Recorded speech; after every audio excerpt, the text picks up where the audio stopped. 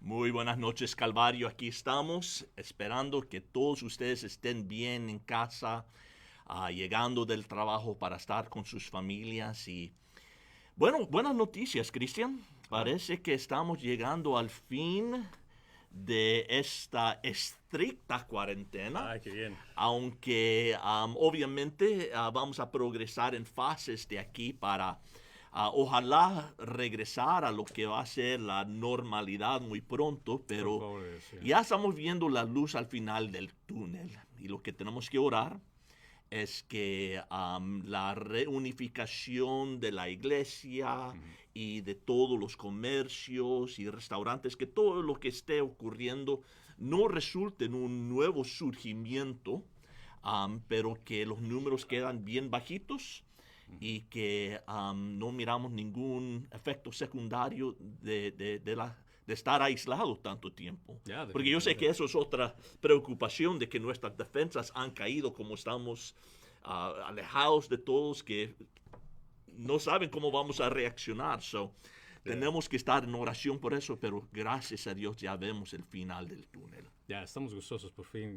Por lo menos aquí en Arizona, que estamos gozando de eso. En otros estados se está todavía en espera, sufriendo con más tiempo. Estaba escuchando las noticias que en Los Ángeles tienen 3 meses más. Oh my goodness. Wow, I don't know, no sé cómo lo van a hacer, honestamente. Pero ya estaría 3 meses más. 3 meses más, en Los Ángeles por lo menos.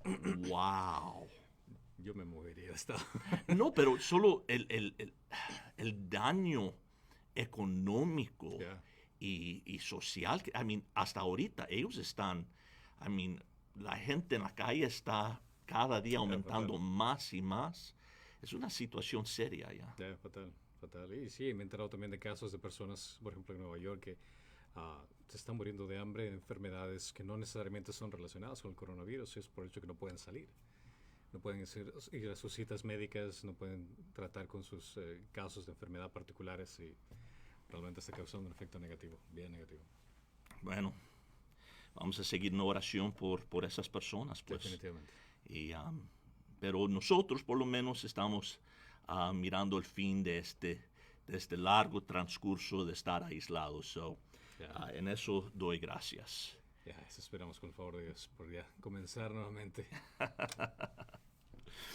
Bueno, nosotros vamos hoy día a hablar un poco acerca de la iglesia. Y no, cuando de la iglesia no estamos hablando necesariamente de solo Calvario, ¿verdad? Sino la iglesia en general, institución, a mí me gusta decir organismo, porque no es una organización, sino es un organismo viviente que Dios ha establecido para ser el vehículo por medio del cual su mensaje y también el ejemplo de la gracia puede ser comunicado al mundo.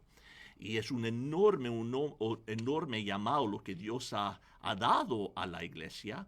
Y queremos nosotros entender un poco mejor acerca de ello, de qué es el plan, el diseño, el fin que Dios tiene para la iglesia y también acerca de algunas de las prácticas de la iglesia, que quizás usted tenga preguntas acerca de ello, de por qué ustedes como evangélicos lo hacen de esta manera y la iglesia católica de esta otra, o aún entre ustedes los bautistas lo hacen de una manera, los luteranos de otro, y puede causar un poco de Ya. confusión y queremos solo hablar acerca de algunos de sus detalles. Pero antes de hacer eso, vamos a pedir la bendición del Señor en oración.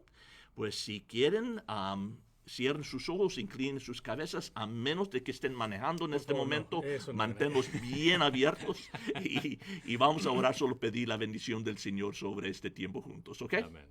Señor, gracias te damos que podamos nosotros reunirnos así virtualmente, Señor, para hablar un poco y quizás aclarar un poco la confusión que tenemos acerca de la iglesia, esta institución, este organismo viviente, que es único en todo el mundo. No hay nada que es similar, nada que se compara a ello.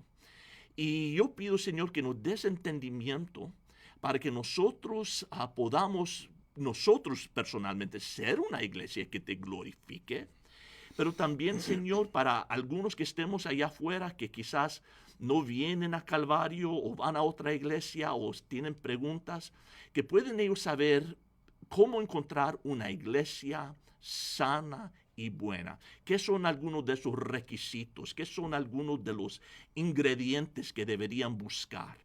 Pues Señor, guíanos en este tiempo, denos sabiduría, ilumínanos en el nombre de Jesús. Amén y amén. Amén. Pues sí, vamos a continuar con estas preguntas y en relación a la iglesia vamos a tocar ciertos temas con respecto a cómo se funciona, cuál es el ADN de la iglesia.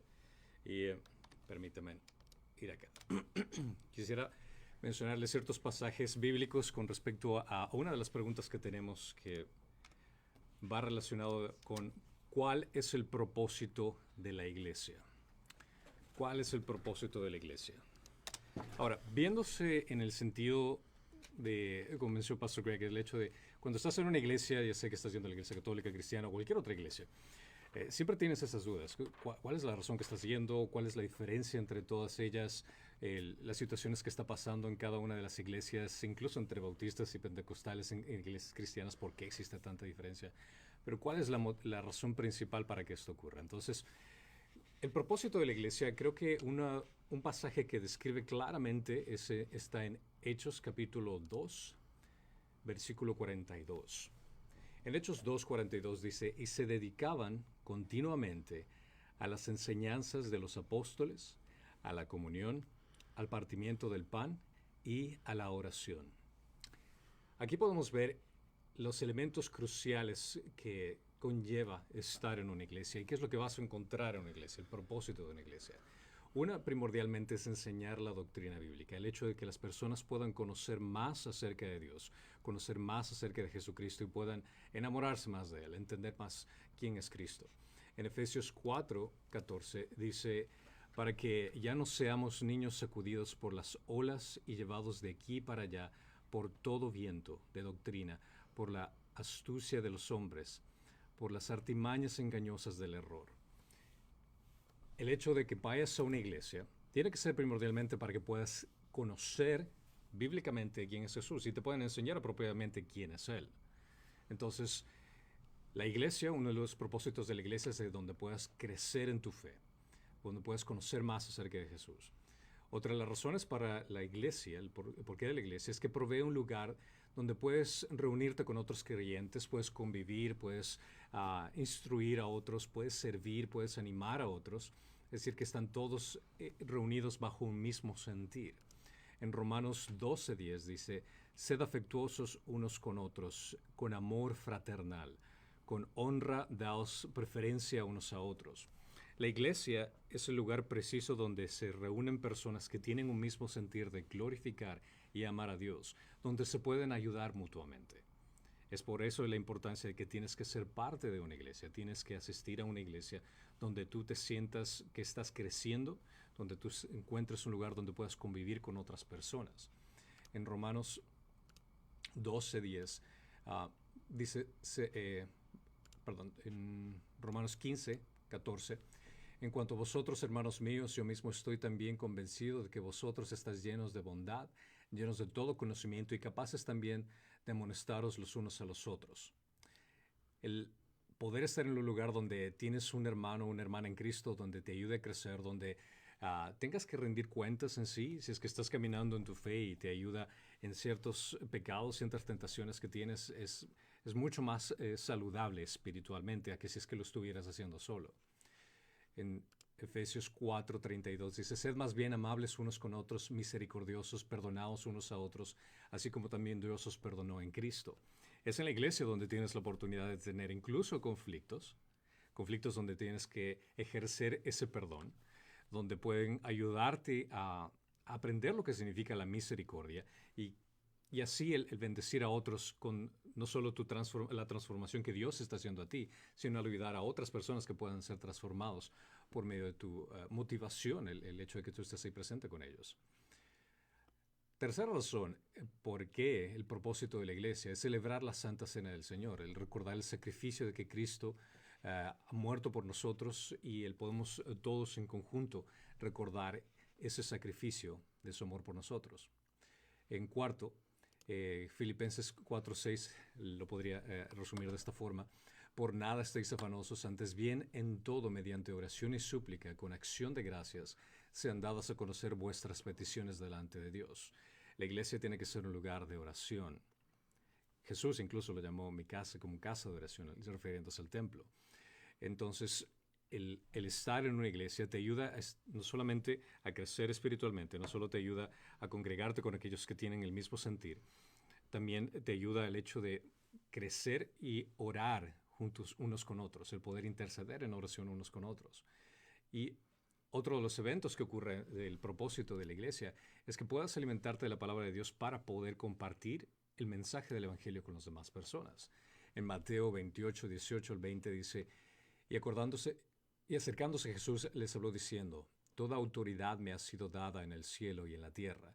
Id pues y haced discípulos de todas las naciones, bautizándolos en el nombre del Padre, y del Hijo, y del Espíritu Santo, enseñándolos a guardar lo que os he mandado.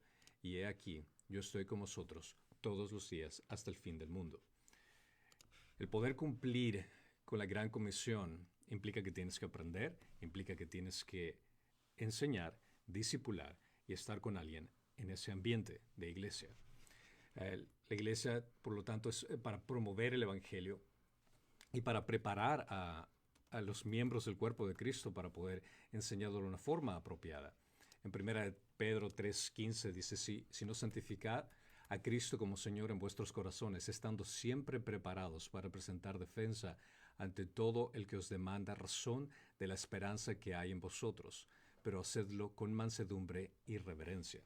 Si tú no sabes cómo compartir el Evangelio, es por eso la importancia de ir a una iglesia donde te pueden instruir, donde puedes ir con un grupo de personas a evangelizar en tu barrio, en tu ciudad, y puedes aprender con todas esas personas. El ser parte de la iglesia, el propósito es para que seas también parte del cuerpo de Cristo, como lo menciona en 1 Corintios 12, que dice, capítulo 12, versículo 12, porque así como el cuerpo es uno y tiene muchos miembros, pero todos los miembros del cuerpo, aunque son muchos, constituyen un solo cuerpo, así también es Cristo, pues por un mismo espíritu todos fuimos bautizados en un solo cuerpo, y a judíos o griegos o esclavos o libres, y a todo se nos dio a beber del mismo espíritu, porque el cuerpo no es un solo miembro, sino muchos. Si es que tú eres un cristiano que ha nacido nuevamente y no eres parte de una iglesia, es como te lo pongo de esta forma, va a sonar muy extraño, pero imagínate el ver una mano o un pie sin estar conectado a un cuerpo.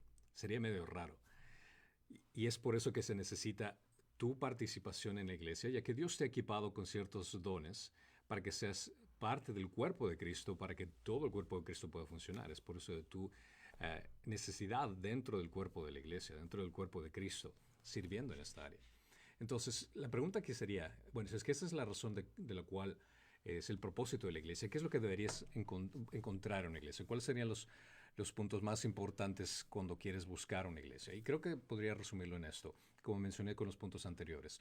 Uno, debe ser, si es que vas a encontrar una iglesia, tiene que ser un lugar donde puedas alimentarte, un lugar donde puedas crecer, donde realmente entres y estés aprendiendo. No debe ser un lugar donde llegas y no entiendes nada de lo que te están diciendo y te sales por las mismas y fue más un acto monótono y un acto repetitivo que realmente no te llenó ni te ayudó a poder conocer más de Jesucristo y amarlo de una forma más práctica. Entonces el lugar donde tienes que ir tiene que ser un lugar donde abran la Biblia, te enseñan de la Biblia y te motiva incluso el hecho de llegar a casa y querer seguir leyendo la Biblia y querer aprender más acerca de Jesús. Ese sería un aspecto muy importante, el hecho de qué es lo que debes buscar en una iglesia. El otro, conectado con lo que dije anteriormente, es el hecho de un lugar donde puedas convivir, un lugar donde sabes que te encuentras con otros cristianos, donde puedas ministrar unos a otros. Y creo que aquí también entra el aspecto de encajar. Si es que vas a una iglesia y no te sientes a gusto por alguna otra razón, tal vez es el hecho del estilo de la música, tal vez es el hecho, no sé, la forma como se viste el pastor o algo por el estilo, qué sé yo. Es una decisión personal donde tú escoges si realmente te sientes a gusto estar en esa iglesia. Pero considerando el hecho de que es donde vas a considerar como tu segundo hogar, es importante que sea un lugar donde te sientas a gusto, donde estés aprendiendo, donde puedas convivir y encajes en ese lugar Y tercero, un lugar donde puedas servir, un lugar donde puedas ser parte de este cuerpo de Cristo, donde puedas ministrar a otras personas. Y lo cual implica también la membresía. A pesar de que la membresía no es un requerimiento, eso demuestra realmente tu compromiso con la iglesia. El hecho de que estás 100% comprometido con el cuerpo de Cristo local donde se encuentra esa iglesia cerca de tu casa, tal vez. Entonces debes examinar cuidadosamente esos puntos. También considera los ciertos aspectos doctrinales de la iglesia. Si es que puedes irte a la página web de la iglesia y entender qué es lo que creen, analizar ciertas preguntas antes de entrar por completo en la iglesia, te aconsejaría que hagas eso, que averigües, ya sea yendo y hablando con el pastor o con el líder de la iglesia, sentando y preguntando qué es lo que creen con respecto a este punto, aclarando tus dudas. Y una vez que te sientas a gusto, decir, ¿sabes qué? Estoy de acuerdo, estoy al mismo fin que tienen los líderes de la iglesia, entonces sé parte de esa iglesia. Considera muchas de las cosas que se enseñan como como mencioné al principio, se enseña de la Biblia, es la Biblia la única autoridad, punto principal. Cristo es la cabeza de la iglesia. Se enfocan también en el discipulado, es otro punto que puedes analizar. Es un lugar donde adoran a Dios. Otro punto por analizar es el hecho de qué tipo de ministerios tienes, existen para que tú puedas involucrarte. Incluso también sirve el hecho de cómo te recibieron. Si es que estás en un lugar donde sientes ese amor de Cristo dentro del lugar, entonces considera todos esos aspectos importantes para cuando ya entiendes que esta iglesia considero que voy a ser donde voy a plantar las raíces, donde mi familia va a crecer, donde voy a servir. Es donde puede ser el aspecto de ser miembro de esta iglesia. Y la razón por la cual ser miembro de esta iglesia es porque tú estás siendo honesto y transparente diciendo yo voy a entregar mi servicio, mi tiempo, mis ofrendas en esta iglesia para poder expandir el reino de Dios. Estás comprometiéndote con la iglesia. Y no es como voy a esta iglesia el domingo, si no me gustó por X y razón me voy a otra iglesia otro domingo, y si no me gustó esa iglesia voy a otra iglesia. Realmente no existe ese compromiso con el cuerpo de Cristo. Y es por eso que mejor busca una iglesia que te sientas a gusto y puedas entrar. Pero tengo que aclarar, no vas a encontrar una iglesia perfecta. Siempre vas a toparte con alguna u otra razón por la cual tal vez no es todo lo que quisieras. Pero si es que encuentras una iglesia perfecta, te diría, por favor, no entres a esa iglesia porque la vas a dañar. Porque no hay nadie que es perfecto. Así que todos somos pecadores y todos vamos a fallar en ese punto. Considera, esa es la realidad que tenemos como seres humanos. Entonces, al ser miembro, puedes ayudar. Incluso una de las razones que te ayuda para ser miembro es poder trabajar con otros en un mismo rumbo. La analogía que hay con respecto a la iglesia, que me gusta hacer la referencia, es el hecho de que la iglesia no es tanto como un crucero, como la mayoría de personas tiende a considerarlo, sino como me gusta esa analogía del buque de guerra, donde cada persona tiene una misión específica, donde cada persona sabe qué es lo que tiene que hacer y todos tienen un mismo fin en esa área. Pero lamentablemente muchas personas tratan a la iglesia como que si fuera un crucero. Así como que, ¿qué tiene para servirme a mí? Me gusta el capitán, si me cae bien el capitán me quedo. Pero esa otra iglesia tiene mejor alberca. Cosas por el estilo, tiene gimnasio. No, o sea, no, olvídate, eso no es el sentido de lo que realmente es la iglesia. Recuerdo cuando yo primero me convertí y mis amigos de universidad me llevaron a una iglesia, y no voy a mencionar su nombre, pero era una de las más grandes en el estado entonces, bueno, en los Estados Unidos. Y tenían ellos un gimnasio, todo. Wow. Y me enseñaban la iglesia y me decían, y tenemos un gimnasio. Yo decía, ¿y qué tal esta otra cosa? Sí, tenemos un gimnasio. Y entonces me regresaba al hecho que tenían un gimnasio y una pista de patinaje, que entonces era bien suave, hoy I don't know. Pero como me estaban convenciendo por la pista de patinaje y el gimnasio más que todo. Quédate por la pista. Olvídate del discipulado y doctrina. Tenemos un gimnasio. Y por ser miembro entras gratis. Imagínate. No. Entonces, esa es parte de una de las preguntas con respecto al hecho de cuál es el propósito de la iglesia. Y dentro de la iglesia, incluso cuando ya eres parte de la iglesia, te vas a topar con ciertos ciertas actividades que ocurren en la iglesia que son muy importantes, que son partes de principios bíblicos que tenemos que cumplir. Y entre algunas de esas actividades son una de las preguntas que van relacionadas a la siguiente, la cual es, ¿cuál es la importancia del bautismo cristiano? ¿Por qué tiene que una persona bautizarse cuando, qué sé yo, llega a una iglesia? ¿Qué podrías decir al respecto? Dime tú. No. Bueno, cuando hablamos de esto, puede ser un tema sumamente emocional. Porque para la mayoría de personas, no estoy diciendo todos, no se ofendan, pero para la mayoría de personas, lo que ellos saben acerca del bautismo, lo que les fue introducido como niños, o lo que ellos aprendieron de alguna forma y nunca lo han estudiado por su cuenta. Y entonces cuando uno empieza a hablar y enseñarles algo que va en oposición de cómo fueron criados, es emocional y se ofenden y se pueden enojar. Y solo quiero decir que es importante que nosotros vayamos al Nuevo Testamento, a la Biblia, para aprender y ver qué es lo que la Biblia, qué es lo que Dios, Jesús nos enseñó acerca de eso, y que basemos nuestras convicciones y nuestra creencia en la palabra de Dios. Primeramente, quiero llevarles a Mateo capítulo 28. Y cuando Jesús llamó a sus discípulos y los estaba preparando para el ministerio de ir a establecer iglesias, aquí en la Gran Comisión, dice, y acercándose Jesús, les habló a los discípulos, a los 12. Toda autoridad me ha sido dada en el cielo y en la tierra.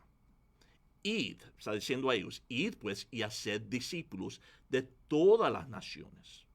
¿Haciendo qué? Bautizándolos en el nombre del Padre y del Hijo y del Espíritu Santo, enseñándoles a guardar todo lo que os he mandado.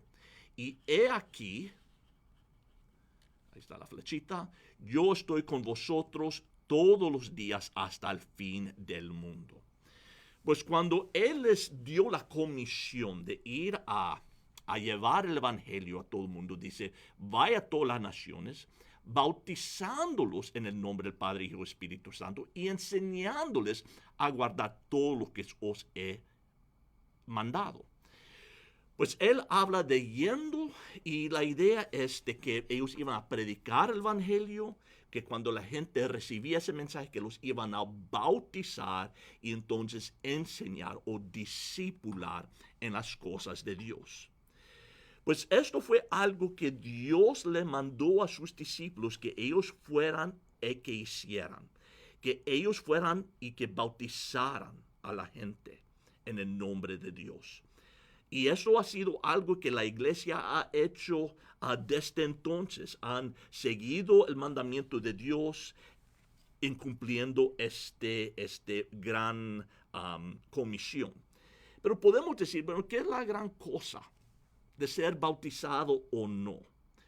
Bueno, otra vez, antes de progresar, yo entiendo que hay muchas diferentes denominaciones cristianas que quizás tienen diferentes tradiciones y diferentes perspectivas y creencias en cuanto a esto. Yo voy a enseñar lo que es mi convicción de las Escrituras, ¿ok? Ahora, si tú estás bajo un pastor metodista o presbiteriano o de alguna otra denominación, y lo que yo enseño va en contra de lo que usted es instruido en su iglesia, lo que yo sugiero es que lleves estos versos a su pastor y te sientas con él a platicar acerca de ello, diciendo, es lo que miro en las Escrituras, es lo que usted enseña o la iglesia enseña del púlpito, ayúdame a comprender las diferencias, ¿ok? Pero yo voy a compartir lo que es mi entendimiento, mi interpretación y mi convicción bíblica acerca del bautismo y de lo que se trata. Ok. Primeramente, cuando yo miro las Escrituras, yo veo que el bautismo debe ser hecho, debemos bautizarnos como un acto de obediencia. El bautismo es una demostración de obediencia. Porque como vimos, y perdí el lugar aquí, pero voy a volver a ello, como vimos, es algo que Jesús mandó. Y dice que era algo que debían ellos de hacer, y por la lista parece que bautizándolos y después enseñándoles que debería ser de primera prioridad. Cuando una persona se convierte, que lo primero que debe de hacer es bautizarse. Y vemos ese patrón en el libro de Hechos, que cuando gente ponía su fe en Cristo, que los discípulos inmediatamente buscaban la manera en cómo bautizarlos. Pues era algo que el Señor esperaba que ellos hacían en obediencia.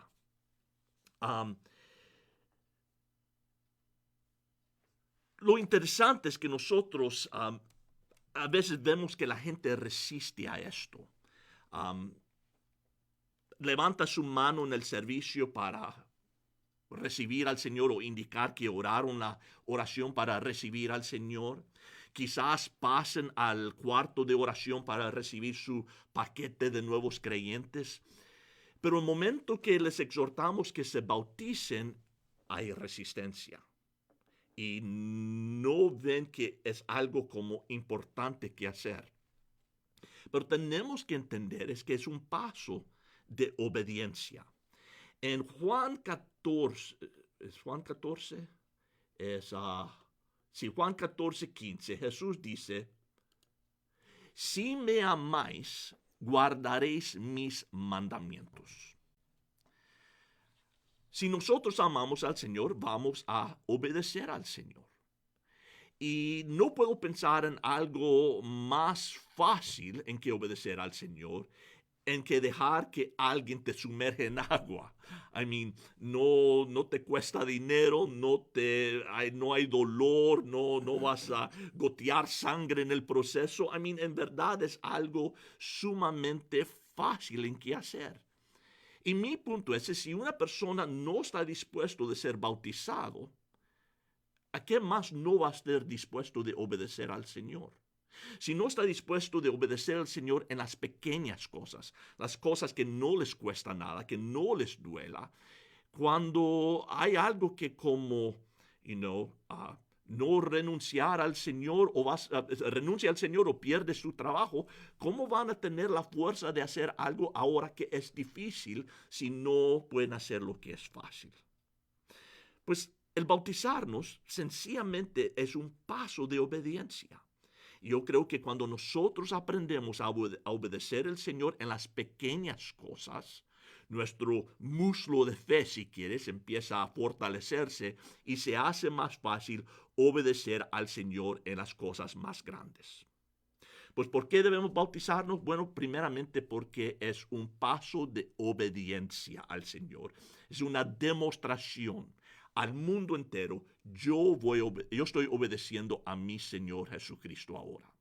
Segundo, es una dramatización de lo que me ha sucedido espiritualmente. ¿Por qué ser sumergido en agua? Bueno, ¿alguna vez han jugado ese juego? No sé cómo se llama en español, quizás Cristian me ayuda, charades. Lo busqué en Pantomimas. Pantomimas, ok. Yeah. Donde te dan una palabra y tú sin palabras tienes que hacer para que la gente en tu equipo, agarre la palabra. Ok, muy bien. O quizás han ido de misión a México o a algún lugar, o ustedes lo vieron cuando vivían en México, cuando llegaban grupos misioneros que hacían ellos pantomimas en la calle para enseñar una historia bíblica por medio de la actuación. Bueno, si quieres pensar en el bautismo como pantomimas, ¿así se dice? Así es. Ok, como un pantomimas de lo que te ha sucedido espiritualmente. Porque la Biblia dice que es una dramatización de lo que te ha ocurrido espiritualmente cuando recibiste a Jesús. Y aquí nosotros miramos en Romanos capítulo 6, verso 3, que Pablo pregunta a los romanos, dice, ¿o no sabéis que todos los que hemos sido bautizados en Cristo Jesús, hemos sido bautizados en su muerte. Por tanto, hemos sido sepultados con Él por medio del bautismo para muerte, a fin de que como Cristo resucitó de entre los muertos por la gloria del Padre, así también nosotros andemos en novedad de vida. Porque si hemos sido unidos a Él en la semejanza de su muerte, ciertamente lo seremos también en la semejanza de su resurrección. Pues es un retrato, es una ilustración viviente de lo que te ha ocurrido espiritualmente cuando pusiste tu fe en Jesucristo. Jesús dijo a Nicodemo que él podía nacer de nuevo, tener un nuevo comienzo, convertirse en una nueva criatura, en una nueva persona. Y el acto del bautismo demuestra, ilustra eso. Cuando el individuo es sumergido bajo agua, está hablando, está ilustrando la muerte de su vieja persona, del que era antes de Cristo. Cuando sale nuevamente, ilustra su nuevo nacimiento, que ahora es una nueva criatura, una nueva persona. El agua ha lavado todos sus pecados y ahora él es nuevo. Pues ilustra, según lo que Pablo dice aquí, la sepultura y la resurrección, el renacimiento del individuo en Cristo. Pues para mí los bautismos son un increíble tiempo para invitar a familia, a amigos, a conocidos, a los viejos amigos con quien parrandeabas, quien sea, para que ellos testifiquen ese sermón que tú predicas en ser bautizado, para que ellos entiendan, yo ya no soy igual. El Greg que conocías antes ha muerto y sido sepultado y ha resucitado una nueva criatura en Cristo. Pues es una dramatización de lo que me ha ocurrido espiritualmente. Es una demostración de mi obediencia al Señor. Y tercero, es una declaración. Cuando yo soy bautizado, estoy declarando al mundo que ahora mi vida está ligada a la de Cristo. Cuando yo me casé con Emily, nosotros tuvimos un símbolo que nosotros intercambiamos y fue un anillo. Y no la traigo, pero sigo casado. Es que la apachurré cuando estaba trabajando en mi Volkswagen. El motor se cayó y se me quedó y ya no me cabe. Pero normalmente tengo un anillo, ¿ok? Y ese anillo es un recuerdo a mí de que yo estoy casado. Y es un símbolo al mundo entero de que yo soy un hombre casado. Ahora, pongo ese anillo y ese símbolo comunica eso. Yo pertenezco a una mujer, a Emily. Ahora, si me la quito, ¿sigo casado? Claro que sí, porque hicimos esos votos ante Dios. Pero el anillo es ese símbolo. El bautismo es un símbolo. Es un símbolo de que yo estoy ligado a Cristo. Si quieres, recuerda como Cristo también fue bautizado, Él se puso el anillo. Ahora, cuando tú eres bautizado, es como si tú estuvieras poniendo el anillo. No te salva el bautismo. Somos salvos por gracia, más nada. Solamente por la gracia.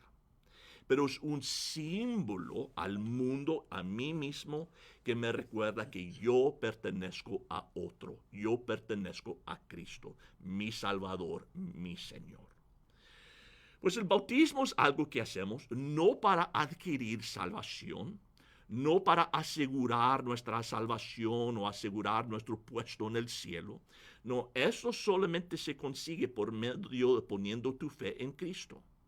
Ahora pienso en el ladrón que estaba muriendo en la cruz junto a Cristo y él no tuvo tiempo de bautizarse, pero el Señor le dijo, hoy estarás conmigo en el paraíso. Pues el bautismo no es un requisito para que tú seas salvo.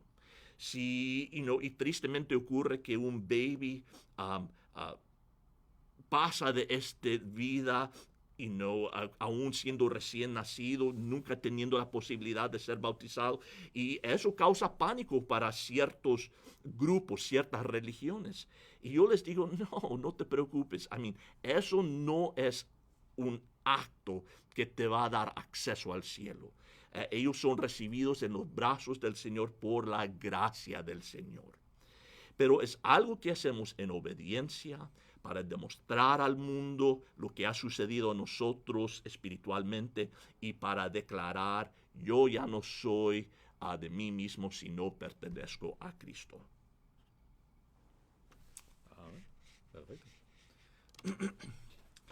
Y con esto pasamos a la siguiente pregunta, que va relacionada con otro de los sacramentos de la iglesia que hacemos y que son muy importantes, que es ¿cuál es la importancia de la cena del Señor o lo que se conoce como la comunión cristiana?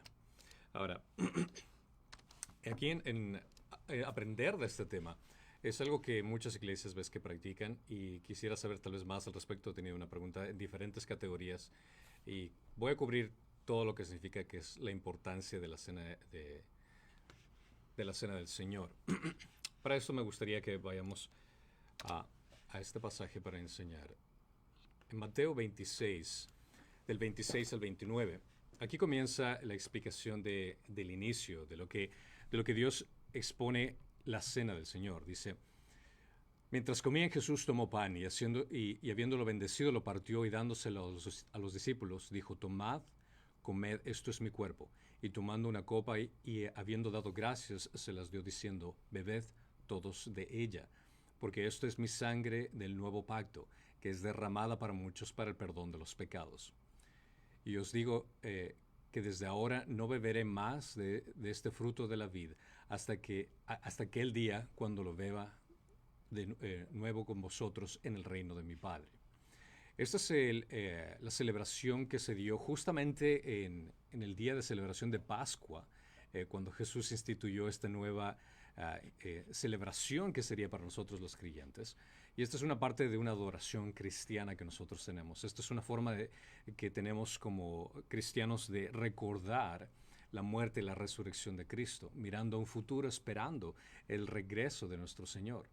Pablo, incluso, el apóstol Pablo recordó y afirmó nuevamente esta práctica en 1 Corintios capítulo 11 del 23 al 29, donde dice, porque yo recibí del Señor lo mismo que os he enseñado, que el Señor Jesús, la noche en que fue entregado, tomó pan y después de dar gracias lo partió y dijo, esto es mi cuerpo que es para vosotros, haced esto en memoria de mí. De la misma manera tomó también la copa después de cenado, diciendo, esta copa es el nuevo pacto en mi sangre. Haced esto cuantas veces la bebáis en memoria de mí. Porque todas las veces que comáis de este pan y bebáis de esta copa, la muerte del Señor proclamáis hasta que Él venga. De manera que el que coma el pan o beba la copa del Señor... se me saltó. A ver, voy a regresar acá, se me escapó el versículo. De manera que el que coma el pan o beba la copa del Señor indignamente será culpable del cuerpo y de la sangre del Señor. Por tanto, examínense cada uno a sí mismo y entonces coma del pan y beba de la copa. Porque el que come y bebe sin discernir correctamente el cuerpo del Señor, come y bebe juicio para sí. Aquí habla Pablo acerca de ser parte de esta comunión de una manera indigna. Esto puede tener dos alternativas. Una es el hecho de que lo hagan de una forma indigna sin considerar el verdadero significado de lo que es la representación de la muerte y resurrección de Jesucristo. El hecho de que Él pagó por nuestros pecados. Si es que alguien lo toma pensando, bueno, solo un acto más en la iglesia que ocurre y lo tomas de una manera indigna, sería de esa forma, el no darle el valor del simbolismo que tiene.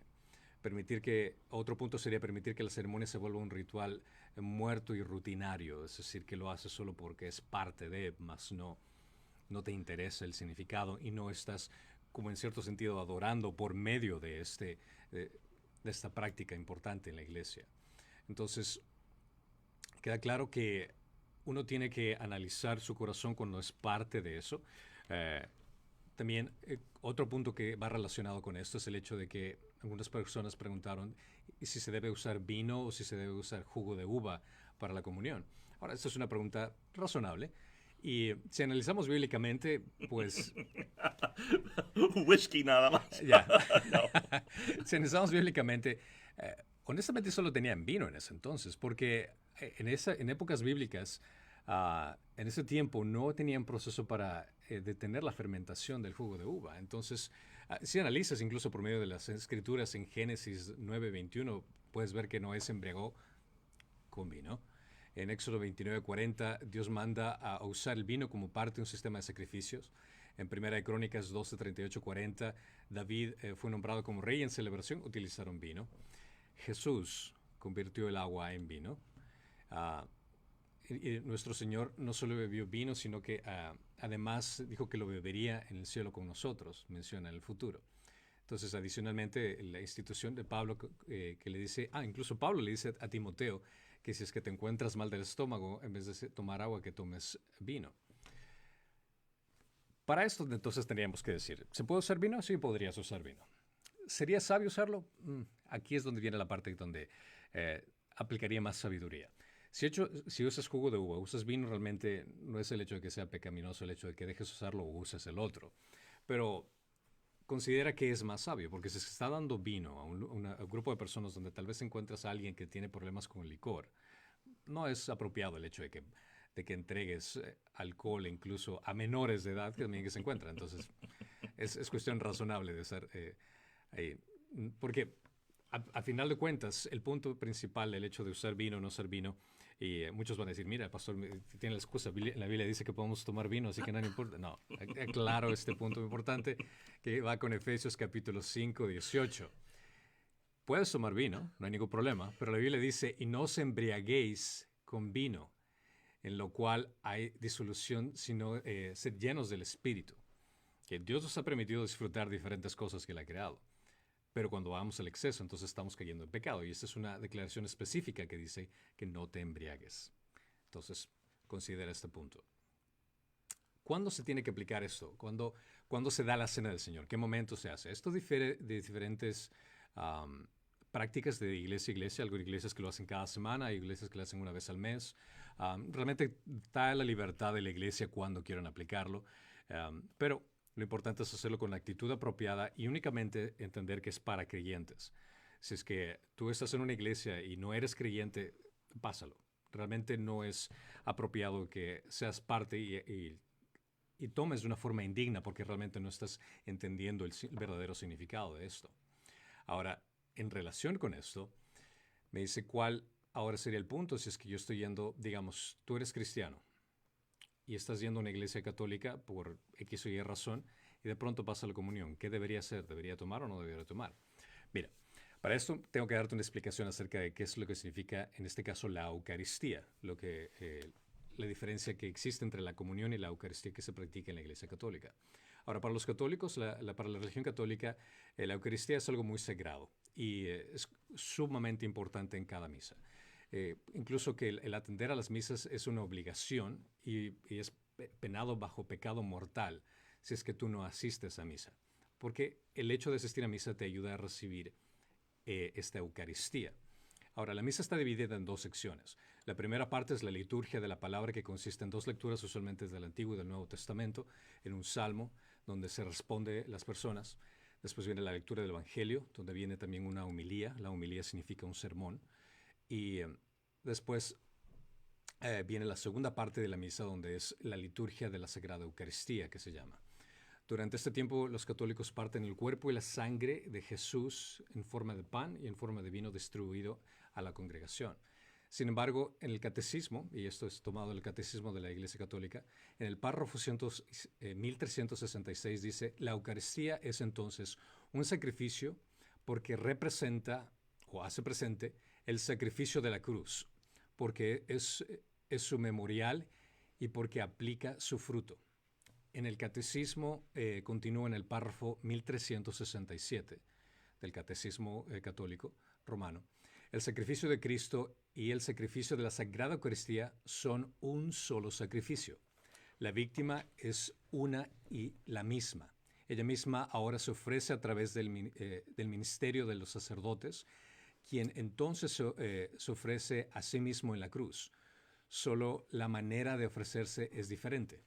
Y puesto que en este sacrificio divino, el cual es celebrado en la misa, el mismo Cristo, quien se ofreció a sí mismo una vez de manera sangrienta en el altar de la cruz, es contenido y ofrecido en una manera incruenta.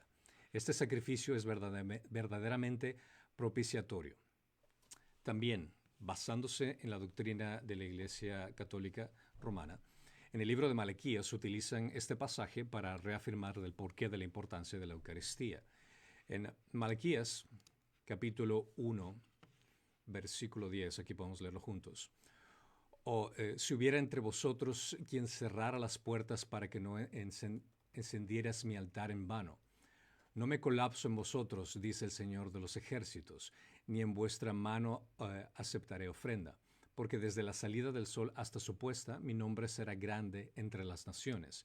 Y en todo lugar se ofrecerá incienso a mi nombre, y ofrenda pura de cereal, pues grande será mi nombre entre las naciones, dice el Señor de los ejércitos.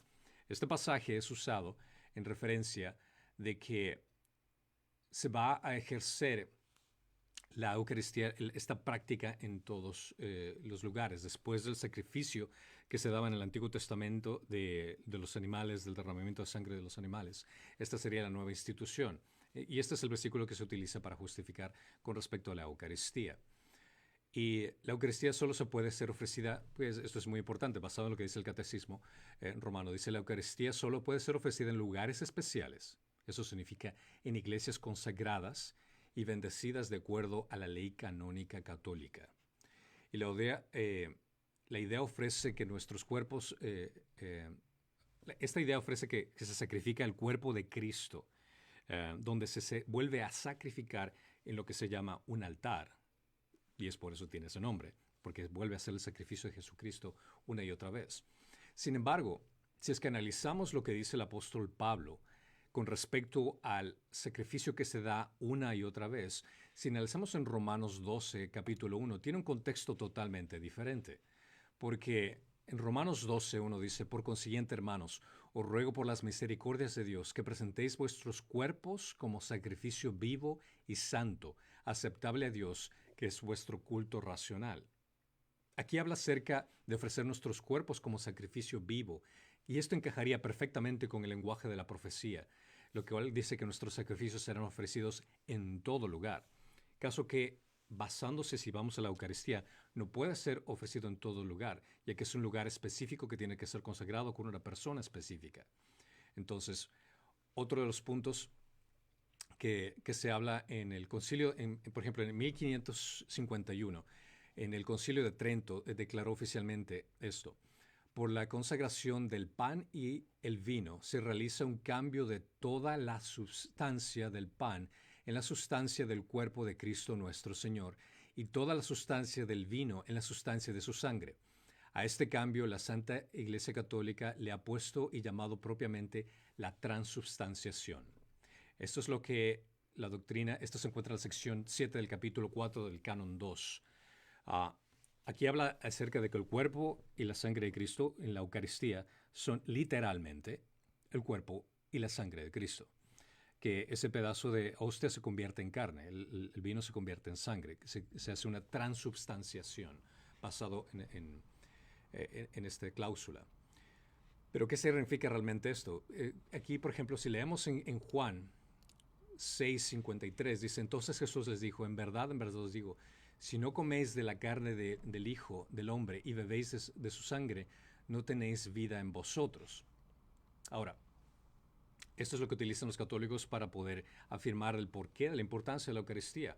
Pero si continuamos más adelante en Juan, en versículo en el mismo capítulo, pero en los versículos 63 y 64, en el contexto, dice, el espíritu es el que da vida, la carne para nada aprovecha. Las palabras que yo os he hablado son espíritu y son vida. Pero hay algunos de vosotros que no creéis, porque Jesús sabía desde el principio quiénes eran los que no creían y quiénes eran los que le iban a traicionar. Aquí menciona el hecho de que es el espíritu la transformación que da. Estos pasajes se repiten una y otra vez en Mateo 3:11, Marcos 1:8, Juan 1:26 al 27, del 32 al 33. Y habla acerca de la parte espiritual del simbolismo que esto significa. En Juan 1:26 al 27 dice, Juan le respondió diciendo, yo bautizo en agua, pero entre vosotros está uno en quien os conocéis, y el que viene después de mí, a quien yo no soy digno de desatar la correa de sus sandalias. Estas cosas sucedieron en Betanía y otros en el otro lado de Jordán. Esto habla acerca de que Jesús es el hecho de que iba a entregar su espíritu en verdad. El bautismo del Espíritu Santo fue predicho por Juan el Bautista, y Jesús, antes de subir al cielo, mencionaba acerca de este bautismo, que hablamos incluso la anterior semana de este bautismo. El pasaje de 1 de Corintios menciona acerca de que el Espíritu Santo, que fuimos bautizados dentro del Espíritu Santo y recibimos sin nacer nuevamente a Cristo de esta forma. No necesitamos recibirlo una y otra vez en un sacrificio que continúa una y otra vez. Así que la carne para nada aprovecha, porque ¿de qué debemos comer la carne de Jesús para tener la vida eterna? No tiene sentido hasta que Jesús nos dice que las palabras que él mismo dice que es por el Espíritu. Jesús está diciendo que esta no es una enseñanza literal, sino es una enseñanza espiritual. El lenguaje se ajusta perfectamente con lo que menciona la declaración del apóstol Pablo en Romanos 12:1, que el sacrificio que es importante es el sacrificio diario de una persona, el sacrificio de entregar su vida a Cristo en una persona. Entonces, es muy claro que Jesús se refería a sí mismo como el pan de vida y animaba a sus seguidores a comer su carne en Juan 6. Pero no necesitamos concluir que Jesús estaba enseñando a los católicos a referirse como algo literal. Entonces la transubstanciación realmente no sería algo que pueda sustentar la Biblia en este sentido. Cuando el Salvador está cuando estamos poniendo toda nuestra confianza en el Salvador, estamos consumiendo su sangre consumiendo su carne y bebiendo su sangre en ese sentido espiritual. Su cuerpo fue quebrantado, su muerte y su sangre fue derramada para nuestra salvación. En 1 Corintios 11:26 dice, porque todas las veces que comáis este pan y bebáis esta copa, la muerte del Señor proclamáis hasta que Él venga. Es una proclamación, es el recordar el sacrificio final que Él hizo. Entonces ya sé que la definición de la Iglesia Católica sea un resacrificio, o tal vez el reofrendar ese sacrificio. Ninguno de estos conceptos puede ser sustentado desde un principio bíblico. Cristo no necesita ser resacrificado. Cristo no necesita volver a un altar y ofrecerse en sacrificio una y otra vez. Claramente esto podemos leerlo en Hebreos capítulo 7:27, donde dice que no necesita, como aquellos sumos sacerdotes, ofrecer sacrificios diariamente, pues primero por sus propios pecados y después por los pecados del pueblo, porque esto lo hizo una vez para siempre, cuando se ofreció Él a sí mismo. Similarmente, en 1 Pedro 3:18 dice, porque también Cristo murió por los pecados una sola vez, el justo por los injustos, para llevarnos a Dios, muerto en la carne, pero vivificado en el Espíritu. Así que el sacrificio de Jesucristo es una vez y por siempre. No necesitamos sacrificar a Cristo una y otra vez. La muerte de Cristo fue una sola vez en la cruz y es suficiente para cubrir todos nuestros pecados. Así que el resacrificar en todas partes del mundo como se hace realmente no tiene un fundamento bíblico. Aquí Jesús reitera, esto es el aspecto espiritual. Comer de la carne de Cristo y beber de la sangre son simbolismos de un total recibimiento de su sacrificio. Cuando tú te arrepientes de tus pecados y crees en Cristo como tu Señor y Salvador, estás recibiendo el cuerpo y la sangre de Cristo y entregaste tu vida a Él. Ahora, me vas a decir, porque incluso también me ha pasado lo mismo a mí, cuando comencé a entender más acerca de la palabra de Dios. Al principio yo tomaba la Eucaristía, sentía algo especial, y déjame decirte que el tener emociones con respecto a a estos eventos de la Eucaristía no tiene nada que ver con la sensación, el sensación con la realidad. Porque uno puede estar sinceramente equivocado. Yo podía tener algo en mi cabeza que yo concebí sin ningún fundamento bíblico, porque fui enseñado de esa forma. Pero te pongo en reto de este punto. Cualquier emoción, ponlo en comparación con un fundamento. ¿De dónde sale ese fundamento? ¿Cuál es la verdad? Sí, uno puede estar sinceramente equivocado en creer algo que no es cierto, pero si es que analizas y haces un estudio bíblico acerca de lo que estás sintiendo, vas a tener un análisis mucho más verdadero y más entendible con respecto a lo que es la Eucaristía. Bueno, yo creo que ahí es donde muchas veces está la diferencia y en que hay iglesias que enseñan que creemos y eso es lo que uno debe hacer porque es la tradición, eso es lo que nuestra denominación o nuestro grupo ha hecho. Y hay otros que dicen, bueno, vamos a las escrituras a ver lo que las escrituras prescriben. Y creo que no es de arrojar por la ventana la tradición, porque yo creo que toda tradición empezó con un buen propósito. Una buena intención. Y tenemos que analizar eso y tomar en cuenta de dónde surgió esta tradición y por qué. No solo desacreditarlo por completo, pero yo creo que muchas de estas tradiciones fueron empezados y establecidos por gente piadosa, sincera, pero quizás era por el tiempo en que vivían, y tenemos nosotros que ir a ver qué es lo que las escrituras, porque en verdad esa debe ser nuestra autoridad final, no la historia, no la tradición, no lo que nuestra denominación a que ellos se aferran, pero qué es lo que dice la palabra de Dios, porque eso tiene que ser la última palabra. Y completamente, es verdad en eso, por el hecho de que cuando estudié historia de la iglesia, ves ciertos comportamientos de ciertos padres de la iglesia que realmente sus escrituras son increíbles, realmente son fundamentos teológicos impresionantes, pero ciertas prácticas realmente dejan mucho que desear en cierto aspecto cuando los analizas no con tu persona, sino con la palabra de Dios, y ves ciertas discrepancias en esa forma. Entonces, si la tradición tuvo un inicio con una buena intención basado en un punto bíblico, pero de pronto comenzaron a tergiversarse, a llegar a un punto totalmente diferente al cual originalmente fue establecido. Y es ahí donde vuelvo y reto, lee tu Biblia. Lo interesante en mi caso fue que lo que cambió mi mente fue leer la Biblia. Y la Biblia que leí fue una Biblia que mi papá me regaló, que era una Biblia católica. Y yo la leí por completo, desde Génesis hasta Apocalipsis por completo, y después de leer la Biblia que me habían regalado, analicé con el canon católico y de pronto comencé a encontrar ciertas discrepancias. Es decir, wow. Por ejemplo, una de las más grandes, el hecho de que, basado en el canon religioso católico, yo sería considerado como anatema si es que confío que es por gracia que soy salvo y que tengo que hacer obras para salvarme, cuando la Biblia dice claramente que es por gracia que soy salvo, por medio de la fe y no por obras. Entonces, es ahí donde viene o confío en la tradición o confío en lo que dice la palabra de Dios. Y ese sería el reto que pondría a las personas cuando se trata acerca de estos puntos, donde si es que tienes una tradición tan fuerte, pon a prueba esa tradición por medio de las escrituras. Amen. Pon a prueba lo que estás aprendiendo y tus emociones, todo lo que has conocido, pon a prueba por medio de un fundamento correcto que tendría que ser las escrituras. Y considera que ni siquiera te estoy diciendo, tienes que leer la Biblia que yo te estoy diciendo. La Biblia que tú tienes en tu casa, léelo. Léelo de esa forma. ¿Ya? Ahora, de otro punto, con respecto a la iglesia, al hablar del ADN de la iglesia, esta pregunta muy interesante también, es ¿qué dice la Biblia acerca de la forma como se debe liderar la iglesia?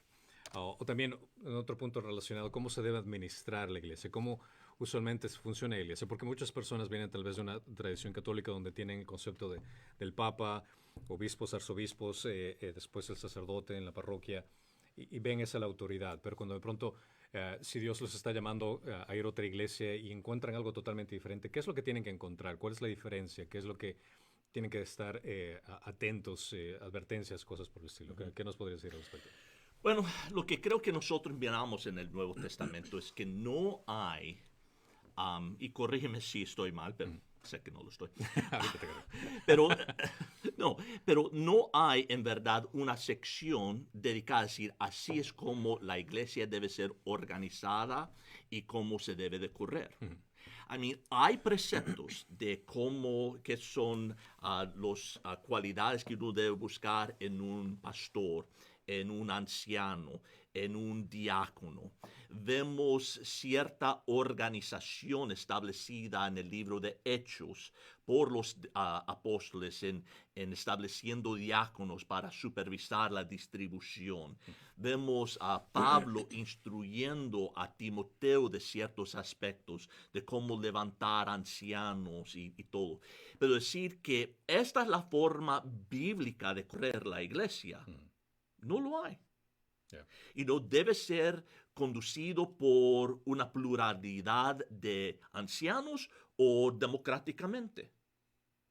No dice. Yeah. Y gente en cada lado puede sacar versos para defender su punto. Pero lo que miro a veces es que nosotros queremos ser tan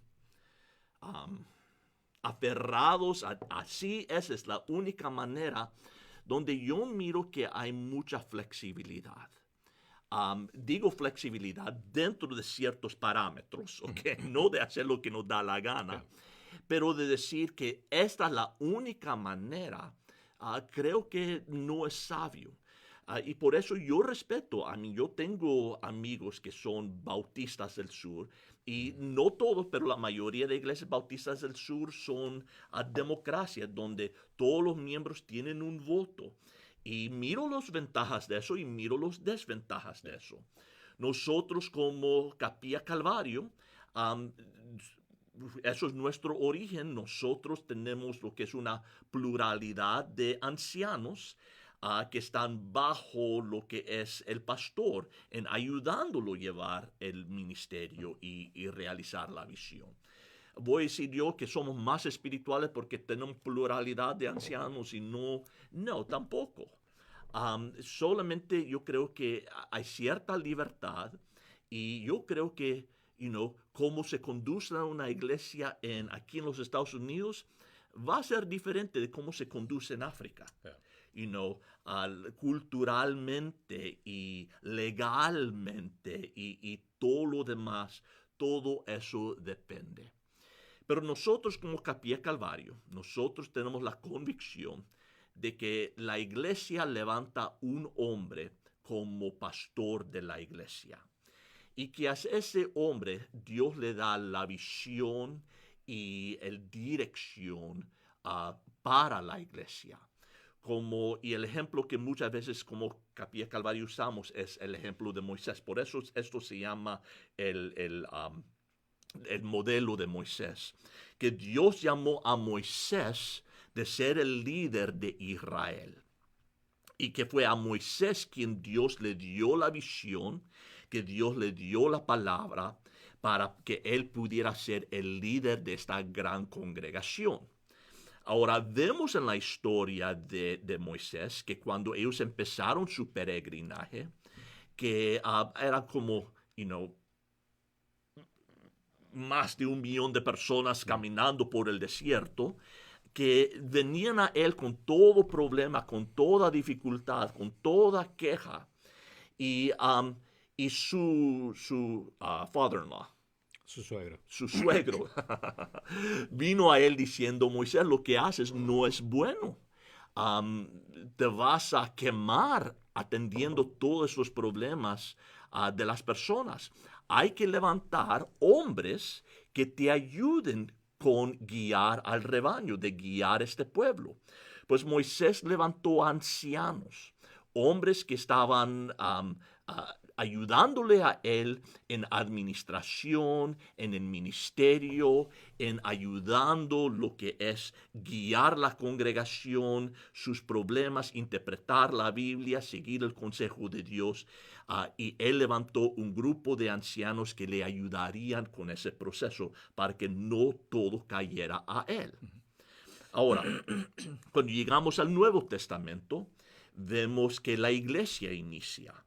Y otra vez la iglesia se convierte en una gran multitud, muy similar a los días de Moisés. Y había problemas. Las viudas helenistas, que eran las viudas de más tradición griega, no tan judía por cultura como las otras. Eran judías, pero culturalmente eran más modernas, más como griegas. No estaban recibiendo distribución de comida, había discriminación. Ustedes no son judías verdaderas, no te vamos a ayudar. Y se levantó un problema. Y ahí Pedro tuvo que buscar y levantar, Pedro Santiago. Pedro levantó diáconos para ayudarle a dirigir y atender a la congregación, las necesidades. Pues vemos otra vez que hay este conjunto, pero están bajo el liderazgo de lo que eran los discípulos. Y podemos decir, cuando vemos y leemos el libro de Hechos, que y de todos los discípulos, el que parecía más encargado allí en la iglesia de Jerusalén era el medio hermano de Jesús, Jacobo.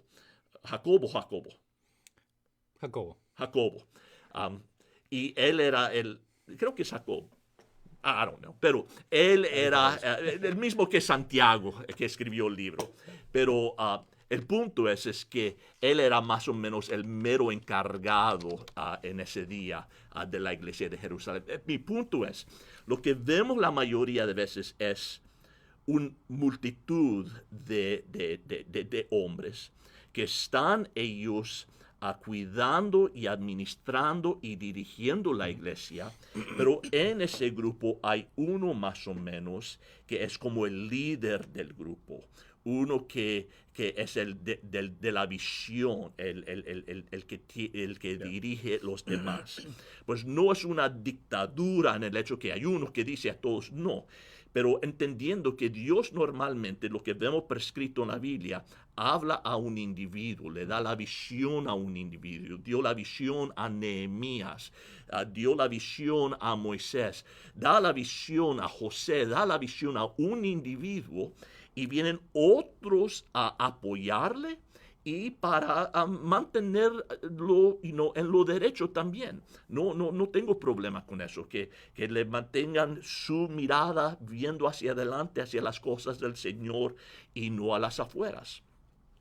Pues es lo que nosotros miramos como el patrón que nosotros seguimos como Capilla Calvario. Y ahorita estamos en proceso de levantando nuevos diáconos y nuevos ancianos, y parece que siempre algo se nos impone en esta situación. Ahora es el coronavirus, pero nosotros miramos la necesidad de tener un equipo de líderes, un equipo de pastores y ancianos que están ahí para ministrar a la congregación y ayudarles. Y diáconos, yo miro que son más como los sirvientes dentro de la iglesia, son aquellos que sus manos están dados a lo que es el ministerio, a servir. Ellos levantaron diáconos originalmente en el libro de Hechos para distribuir comida, pues ellos son como meseros en la iglesia. Pues el diácono está más encargado no sería ministerio uno a uno, sino atendiendo las necesidades físicas de la asamblea. Y nosotros estamos en proceso de levantar nuevos diáconos y también nuevos ancianos y prepararlos para el ministerio de la iglesia. Amén. Pero una pregunta que sí vino es acerca de mujeres diáconos. Si eso es permitido o no. Y yo digo, bueno, metémonos a esto para dividir la iglesia y causar un montón de problemas. No, son bromas. Pero creo que si nosotros vamos, y yo no puse los links aquí, pero creo que hay que ir a, ¿dónde está? Primera de Timoteo. Aquí está. ¡Ey, qué suave! Ok. Pablo escribe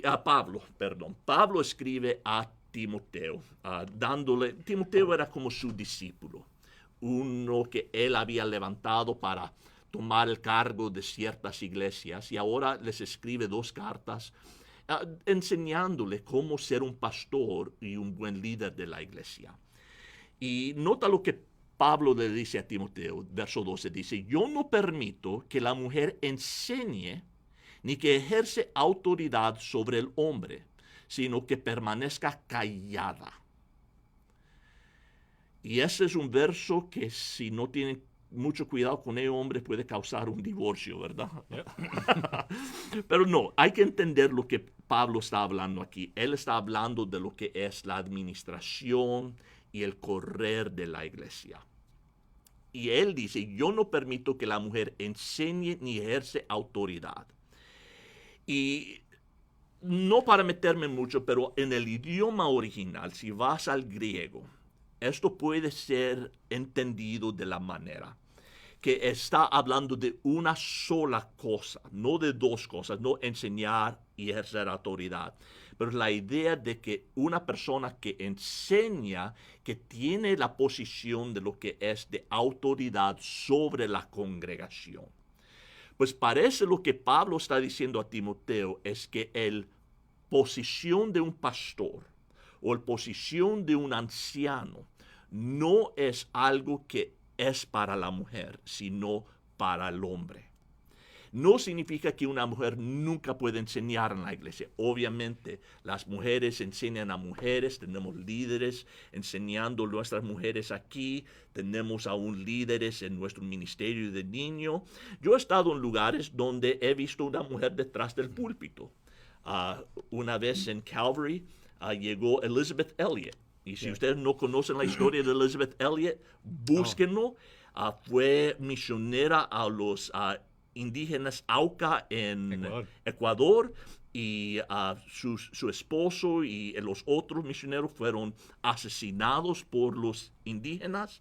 Y ella aún así volvió a ellos y pudo meterse en el campamento con ellos y predicarles el evangelio y establecieron una misión cristiana. Tiene una historia... Es una historia increíble. Fabulosa.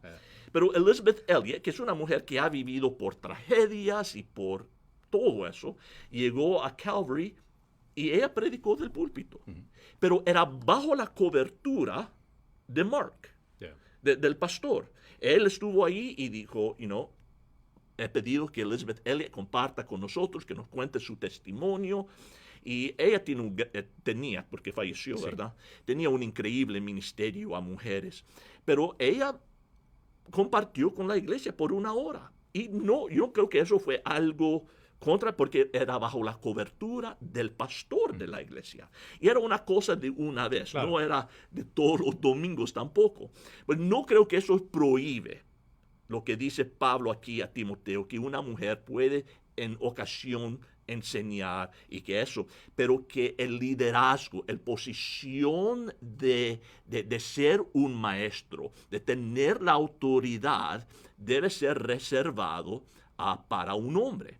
Pero ¿por qué dices eso? Bueno, él continúa y él dice, mire lo que dice. Dice, porque Adán fue creado primero, después Eva. Él dice, esto no es cosa de cultura, esto no es cosa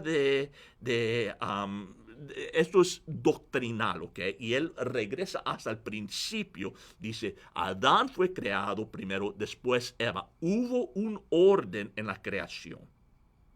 Y Adán no fue el engañado, sino que la mujer, siendo engañada completamente, cayó en transgresión. Y eso no es de decir que las mujeres se engañen más fácilmente, por eso no. Yo creo que él está diciendo, la autoridad es dado al hombre en la iglesia, así como en el hogar, porque el hombre fue creado primero, así es como Dios lo quiere. Y también como consecuencia del caída del hombre, parte de esa consecuencia es que el hombre va a ser el líder en la iglesia. Pues Dios estableció al hombre como líder dentro de la iglesia. Ahora, eso no es decir que una mujer no es capaz. Sinceramente, yo creo que mi esposa sería mucho más capaz que yo en guiar y liderar la iglesia. Tiene mucho más inteligencia, mucha más capacidad, mucho más de todo que yo. pero no es el orden que Dios ha establecido. Él dice, no, yo quiero que el hombre sea el líder de la casa y que sea el líder de la iglesia. Pues Dios ha establecido este orden, no el hombre, y por eso nos sometemos a ello, pero no significa que la mujer no tiene un lugar y no tiene una posición. Ella sí tiene un lugar y una posición dentro de la iglesia, puede enseñar, puede servir. Por cierto, no puede ser una anciana, pero puede ser una diaconisa, ¿sabías? Yeah. La Biblia permite que haya diaconisas y nosotros nunca hemos practicado eso en el pasado, pero es algo bíblico. ¿Dónde está el verso? Yo creo que está en Romanos. No, está en Primera Timoteo. No, Romanos 16:1. ¿Dónde está eso?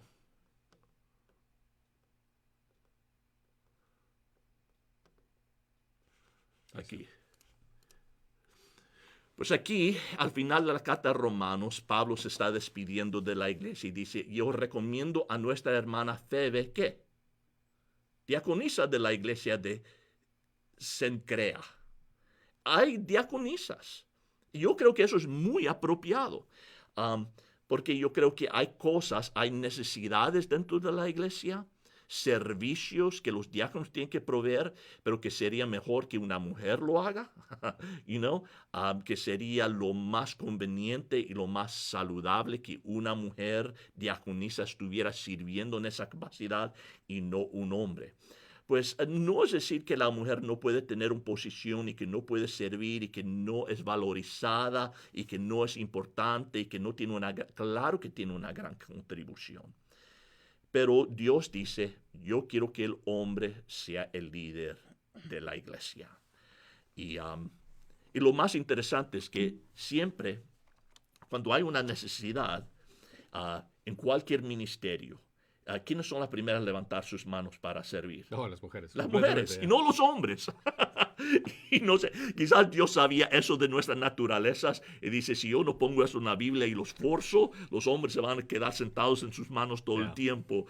Es como una patada en nuestro trasero decir, adelante. Y lamentablemente en algunas iglesias creo que es más por la necesidad de que no hay hombres con carácter que tengan una convicción de ser llamados a tomar el liderazgo, a servir a la iglesia como pastor. En ese caso, las mujeres toman esa posición y ya sea que les ponen el título de pastora o toman esa posición que realmente, bíblicamente aquí leemos claramente que es únicamente el hombre que tiene que tomar esa decisión. Y en ciertos casos es entendible que no haya alguien por ese momento, situación, pero se tiene que educar y discipular a un hombre que tome esa posición, porque al final de cuentas él es el que tiene que rendir cuentas de toda la congregación. Bueno, y eso ocurrió hace años. Recibí una llamada de una mujer de México y ella vivía en un ranchito. Tenían ellos un grupo de creyentes que se reunían los domingos y entonces era cassettes. Y ellos ponían mix cassettes para la iglesia de vez en cuando. Pero ella decía, no hay un hombre que quiere tomar. Ella sabía que Dios quiere que un hombre sea el líder de la iglesia, pero dice, no hay un hombre que, tenemos unos pocos, pero ninguno está caminando con el Señor bien y ninguno quiere tomar esa responsabilidad. ¿Qué hago? Yo digo, bueno, sigue haciendo lo que estás haciendo, porque es mejor tener a alguien que no a nadie. Así es. No es lo ideal, pero a veces lo ideal no es posible todo el tiempo. Y yo dije, vamos a orar que Dios levante un hombre, lo traiga de otro pueblo, algún otro lugar para venir a servir la iglesia o ahí de entre ustedes. Pero para mientras, sigue y haciendo lo que puedes para alimentar ese grupito. Y me recuerda el caso de, por ejemplo, hay algunas personas que justifican la posición de una mujer siendo pastor en el usar el principio bíblico que utilizan en Débora, que ella tomó el liderazgo porque no había, pero si analizas el contexto, incluso ella misma lo afirmó, o sea, yo no debería estar en esta posición. Ya. Es un hombre el que debería estar en esta posición, así que ese fundamento para justificar la posición de pastora realmente va en contra de, por el hecho de que bíblicamente aquí es designado al hombre hacerlo. Pero hay que reiterar, o sea, la importancia de la mujer en la iglesia es grande. Es grande. Incluso hay iglesias que me parecen una excelente idea, donde una mujer está presente incluso tal vez en un grupo de ancianos. No es anciana, no es determinada a ese punto, pero es para escuchar también su posición como mujer representando a todas las mujeres, lo cual es muy sabio, porque nosotros como hombres podemos analizar ciertos detalles y el hecho de que esté una mujer presente nos ayuda a ver ciertas características que tal vez se nos pasa por alto. Puede ser el caso de la diaconesa, en ese sentido, que podría aplicar grandemente. Y sí, las mujeres, esto no tiene nada que ver con respecto de menospreciar la capacidad que tiene la mujer. No. Las mujeres realmente son muy inteligentes. En el seminario me topo con compañeras estudiantes, mujeres que, wow, me pasan de largo en conocimiento en varios aspectos, así que no se trata acerca de quién es más capaz, no se trata acerca de quién es más inteligente, se trata acerca de seguir una descripción y prescripción que habla aquí en las Escrituras acerca de que el hombre tiene que tomar esa posición. Bueno. Ahora, en la siguiente pregunta, ahora vamos a tratar de hacerlo de una forma rápida esta vez, que dice, ¿cuándo se aplica la disciplina en la iglesia o la excomunión en una iglesia? Bueno, en esta pregunta, aquí vale la pena conocer ciertos aspectos y principios bíblicos con respecto al hecho. Voy a poner aquí la Biblia. Ok. Poner el hecho de qué es lo que dice aquí. Cuando se trata de una iglesia, voy a retomar la respuesta a la primera pregunta. Cuando entras a una iglesia, encuentras una iglesia donde puedes crecer, donde eres parte, eres miembro, donde te comprometes a crecer en esta iglesia, a servir a otras personas en esta iglesia. Uno de los puntos que también sirve muy a favor el hecho de ser miembro de una iglesia viene a ser el concepto de disciplina. Ahora, la disciplina es algo que te ayuda a crecer. La disciplina es algo que entre creyentes en una iglesia, si eres parte de una iglesia y consideras esa iglesia tu familia, cuando alguien está cometiendo un pecado, es muy importante el corregir a esa persona de un procedimiento bíblico que menciona en Mateo capítulo 18, del 15 al 20. Aquí dice, y si tu hermano peca, ve y repréndelo a solas. Si te escucha, has ganado a tu hermano. Pero si no te escucha, lleva contigo a uno o a dos más, para que toda palabra sea confirmada por boca de 2 o 3 testigos. Y si rehúsa escucharlos, dilo a la iglesia.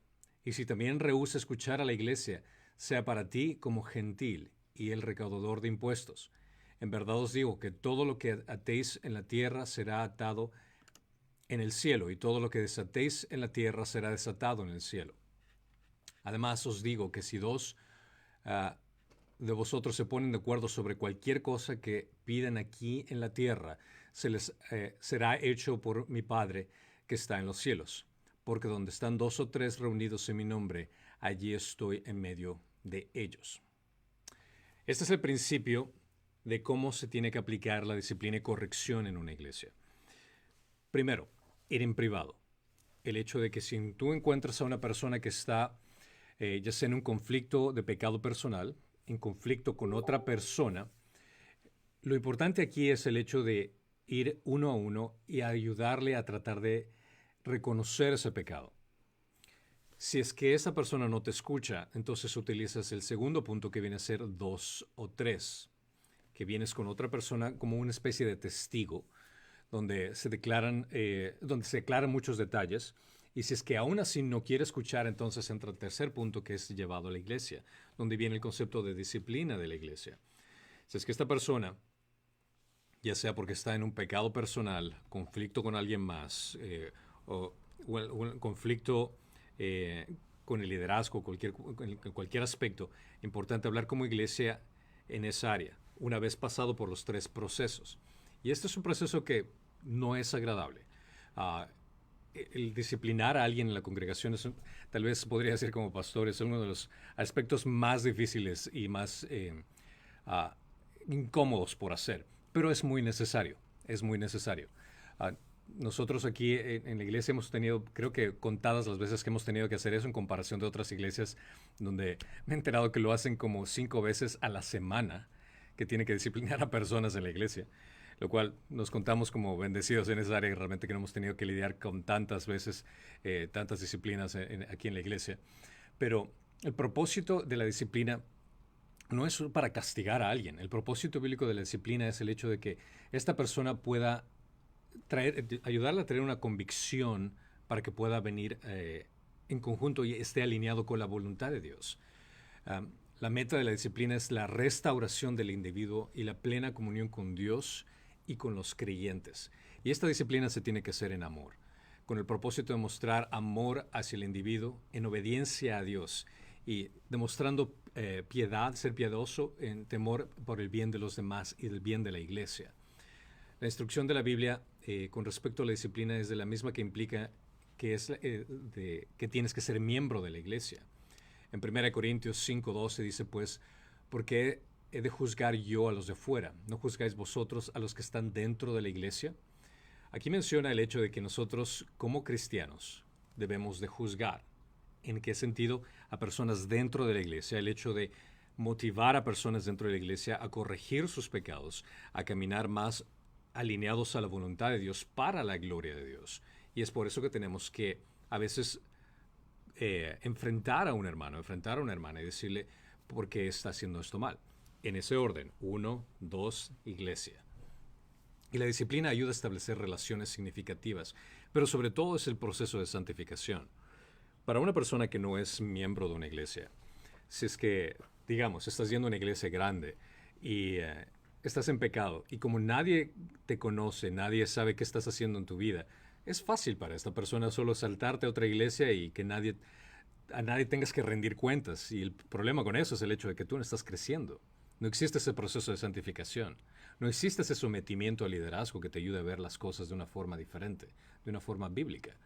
Pero cuando eres miembro de la iglesia y si es que ve un hermano o hermana en Cristo, el liderazgo que estás cometiendo un pecado, entonces se te reprime en amor, se te guía por medio de la palabra.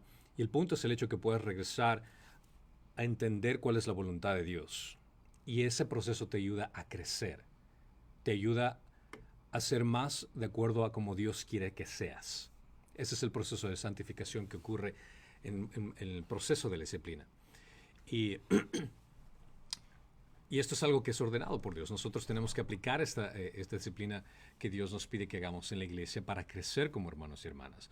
Si es que realmente estás entregado a Cristo y entregado al cuerpo de Cristo, el proceso es de pasar por este, si es que se da el caso que tengas que pasar por este proceso, y si es que tu espíritu está alineado con Cristo, escuchar humildemente, entender qué es lo que otras personas te están queriendo dejar saber con respecto a tu actitud, con respecto a tu comportamiento, y ir en oración, ver qué es lo que puede hacerse para ir nuevamente en la voluntad de Dios, si es que estás apartándote por medio del pecado. Pero si es que escoges al apartarte, el hacer las cosas de acuerdo a tu manera, realmente esto no te ayuda a ti. No te ayuda a ti, no le ayuda a la iglesia. Entonces, siempre tienes que analizar que la disciplina es con el propósito de ayudar al crecimiento personal, el crecimiento de la iglesia. Y cuando se den este tipo de conflictos en la iglesia, como mencioné, son conflictos que son puede ser de pecado personal, conflictos con el liderazgo, conflictos entre creyentes, y estos conflictos se tienen que enfrentar pronto, porque si dejas pasar por alto, es como una especie de hierba, con esa hierba mala que crece y comienza a expandirse. Así que es importante lidiar con el problema inmediatamente y enfrentarlos. Este enfrentamiento debe hacerse con cuidado, en sumisión y con el objetivo de restaurar. Ese sería el punto, de restaurar a la persona. En Gálatas 6:1 dice, hermanos, aún si alguno es sorprendido en alguna falta, vosotros que sois espirituales, restaurarlo en el espíritu de mansedumbre, mirándote a ti mismo, no sea que tú también seas tentado. Entonces, esto se hace entre creyentes con el propósito de restaurar, con el beneficio de la persona y beneficio de la iglesia. Y como líderes se tiene que tomar esta decisión de corregir ciertas cosas que están dando mal a la iglesia por el bien, no necesariamente del pastor o del líder de la iglesia, sino por el bien del cuerpo de Cristo, porque al final de cuentas estamos representando al cuerpo de Cristo. Y si es que alguien queda mal dentro del cuerpo de Cristo, nosotros como embajadores estamos haciendo quedar mal a Dios. Tenemos que tener una buena representación de quien amamos. Y es un aspecto difícil, pero tiene que ocurrir. Tiene que ocurrir.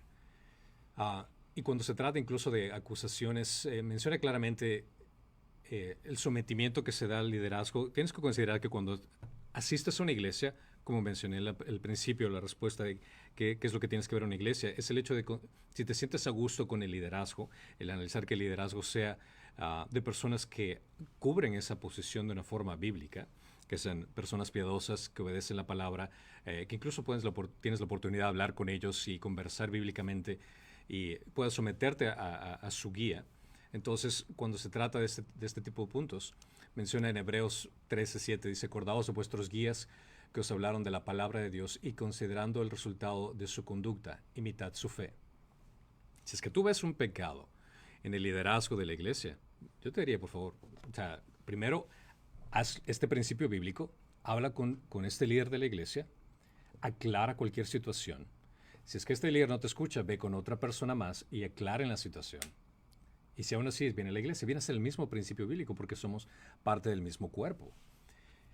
Y en Hebreos 13:17 dice, obedecer a vuestros pastores y sujetaos a ellos porque ellos velan por vuestras almas, como quienes han de dar cuenta. Permitidles que lo hagan con alegría y no quejándose, porque eso no sería provechoso para vosotros. Nosotros tenemos una gran responsabilidad como líderes de rendir cuentas de lo que estamos enseñando, de cómo estamos guiando a la iglesia, y entendemos esa responsabilidad que existe en la iglesia. Y es por eso que tenemos la apertura de cualquier persona que tenga algún inconveniente de hablar con este proceso bíblico, 1:1, 2, iglesia, en ese sentido. Pero cuando se trata de acusaciones, en 1 Timoteo 5:19 dice, y no admitáis acusaciones contra un anciano, o a menos de que haya 2 o 3 testigos. Y en este punto, vuelve, nunca tienes que hacerlo con un corazón de, te voy a hacer caer, ¿no? Sino el buscar, el ayudar a la persona a poder representar mejor a Cristo, a poder servir mejor en su posición, ya sea que sea un líder, sea que sea un diácono, cualquier persona que está dentro de la iglesia. Y el decir la verdad con amor, el ministrar a otros con cariño. En Efesios 4:15 menciona, sino que hablando la verdad en amor, crezcamos en todos los aspectos en aquel que es la cabeza, es decir, en Cristo. Tenemos que desarrollar una actitud apropiada, de un corazón humilde, de aprender a reconocer nuestros errores y pedir perdón por aquellos errores. Ser paciente y evalúa ese conflicto, evalúa qué tan profundo es, si es que es algo de preferencia, si es que es algo pecaminoso, si es que es algo de gusto tal vez, y expresar tu corazón en ese sentido. Y ve directamente al individuo. No vayas a otras personas, porque cuando tú vas a otras personas estás causando una división mucho más grande. Vienes a crear un chisme que tal vez se crea en algo que es lejos de la verdad y causas un mal peor del que supuestamente crees que está ocurriendo. Así que habla directamente 1-1, utiliza ese principio bíblico. Si es que una vez que hablaste con la persona no te escucha, trae a un testigo para que entre los dos en amor intenten solucionar ese problema. Y si aún así no se puede dar, se trae la iglesia en este sentido donde se aplica esta disciplina. Y vuelvo y repito, el aspecto de disciplina es para buscar una reconciliación. Los conflictos se manejan mejor cuando las personas se enfocan en amar a otros con una actitud humilde y de oración, con la intención de restaurar a la persona. Y no se trata de hundir ni de hacer quedar mal a la persona, porque al final de cuentas todos estamos en el mismo bote, todos estamos sirviendo a Dios, estamos queriendo glorificar a Dios y nadie es perfecto. Todos tenemos errores, todos cometemos errores, todos somos humanos. Y si es que alguna vez tienes una situación donde ves, ya sea a un hermano o hermana en Cristo, a un diácono, a un pastor, un líder, un anciano, que estás en un conflicto con respecto a lo que escuchaste o viste o dijo, utiliza el principio, ve directamente con él. En amor, preséntale tu situación. Y así vas a evitar varios conflictos en este punto. Porque la estrategia del enemigo es querer dividir. Y cuando entra el enemigo en división en la iglesia, lamentablemente el cuerpo de Cristo se quebranta. Y Dios no puede ser glorificado en este punto. Entonces el objetivo es buscar todos en unión cómo podemos quitar a un lado esas malas influencias del enemigo y tratar de ver cómo podemos resolver el problema utilizando la palabra de Dios en este punto y sometiéndonos a la palabra de Dios en este punto para glorificar a Dios con nuestras actitudes, sea que estés como miembro de la iglesia, diácono, pastor, líder, sea cual sea ese punto.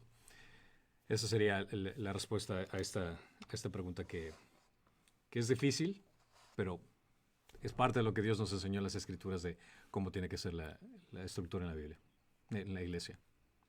Bueno, yo sé que el tiempo se está poniendo tarde y no queremos romper un nuevo récord Yeah. Pero en resumen, pues la disciplina en la iglesia se conduce en pecados de la cual la gente no quiere arrepentirse, Así es. que están dañando al cuerpo de Cristo y el testimonio de Cristo, y que eso hay un proceso que se va uno, si un individuo de la iglesia lo reconoce, va a ellos directamente. Si ellos no se arrepientan, van con un grupo o con otra persona para enfrentarle del pecado. Y si todavía no hay ese reconocimiento y arrepentimiento, lo llevan al liderazgo de la iglesia para que ellos se encarguen de eso. Así es.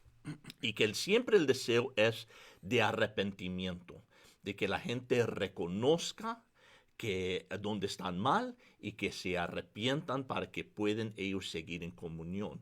Porque normalmente los pecados que hay que enfrentar de esta manera son cosas que están trayendo destrucción al cuerpo de Cristo. Así es. Y tenemos nosotros que siempre poner la prioridad en preservar el cuerpo de Cristo y el testimonio de Cristo antes de todo. Y como testimonio personal, recuerdo una situación en la cual yo había hecho algo en el cual tenía una buena intención, los ancianos me corrigieron y dentro de mí se creó ese orgullo. Me dice, no, pero yo pensaba que estaba haciendo bien. Y aprendí este principio que voy a aceptar una humildad. Y reconocí la humildad y me sometí al liderazgo y entendí, wow, realmente esto me ayudó a crecer mucho más a que si hubiera querido hacer las cosas por mi cuenta.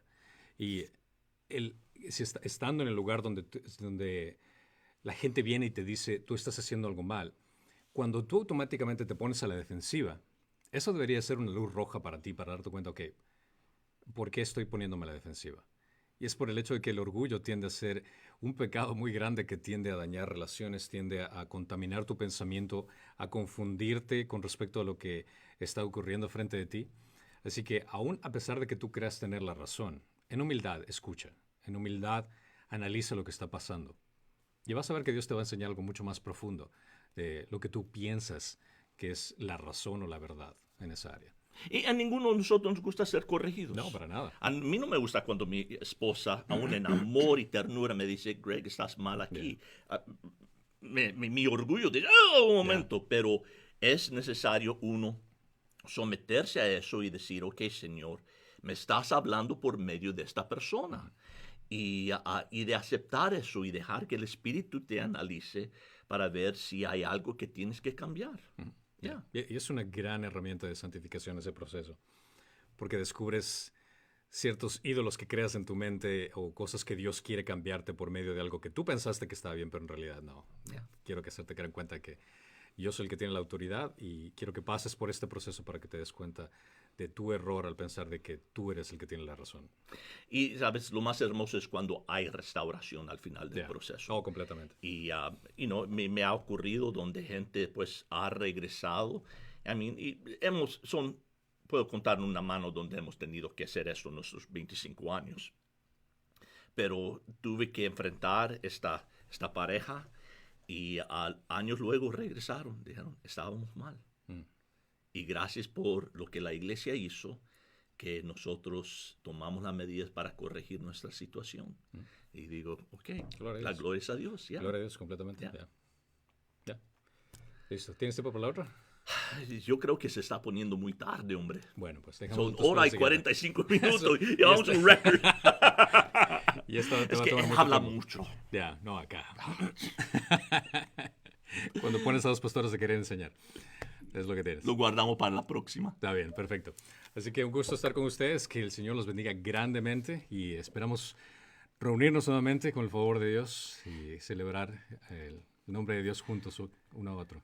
Y solo para compartir con ustedes, estamos en este momento consultando con diferentes iglesias y diferentes personas de autoridad, haciendo un plan de reunificación que vamos a estar comunicando con ustedes para este fin de semana lo más tarde.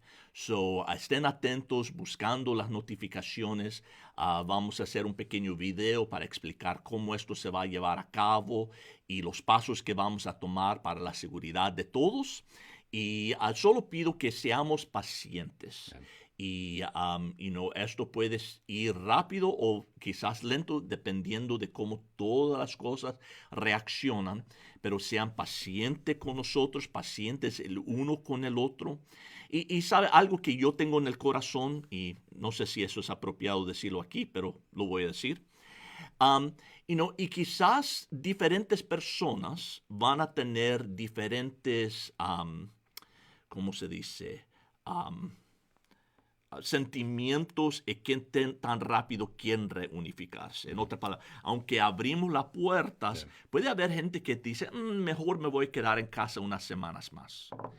Y mi recomendación es que no critiquemos o juzguemos a esas personas. Si usted siente que yo estoy listo ya y alguien dice yo todavía no, no tratemos de espiritualizar eso. No tratemos nosotros de hacer que esa persona se siente que tenga menos fe o menos lo que sea. Tenemos todos que hacer lo que sentimos convencidos por el Señor de hacer para nuestras familias. Claro. Y quizás no estemos tan informados de todas las dinámicas dentro de su familia y dentro de la salud de ellos, y podemos estar hablando fuera de turno. Pues mi recomendación es que seamos pacientes, pero también tengamos mucha misericordia y gracia hacia los demás, y no nos juzguemos, no critiquemos, no ponemos a nadie debajo. Ustedes demasiados ya unificándose están locos. No hagamos nada de eso, sino cada quien haga lo que siente que el Señor quiere que hagan. Pero nuestro plan estamos bañándolo con mucha oración. Queremos tomar todas las precauciones necesarias para garantizar el bienestar de todos. Pero si alguien no siente listo, respetamos eso. No te vamos a mirar de menos, no te vamos a juzgar. Los amamos y vamos a respetar eso, ¿ok? Pero por favor, esté en oración para nosotros mientras hacemos estos planes. Necesitamos que Dios nos dé mucha sabiduría en todo esto. Amén. Okay. Y que es el momento adecuado. Así que oren para que todo se dé en el momento adecuado y la forma adecuada. Y podamos estar nuevamente en el tiempo que Dios determine. Amén. Listo. Que Dios le bendiga, los amamos mucho y estén atentos para este fin de semana para las noticias, ¿ok? Con el favor de Dios. Que Dios los bendiga. Vayan a servir a su Rey.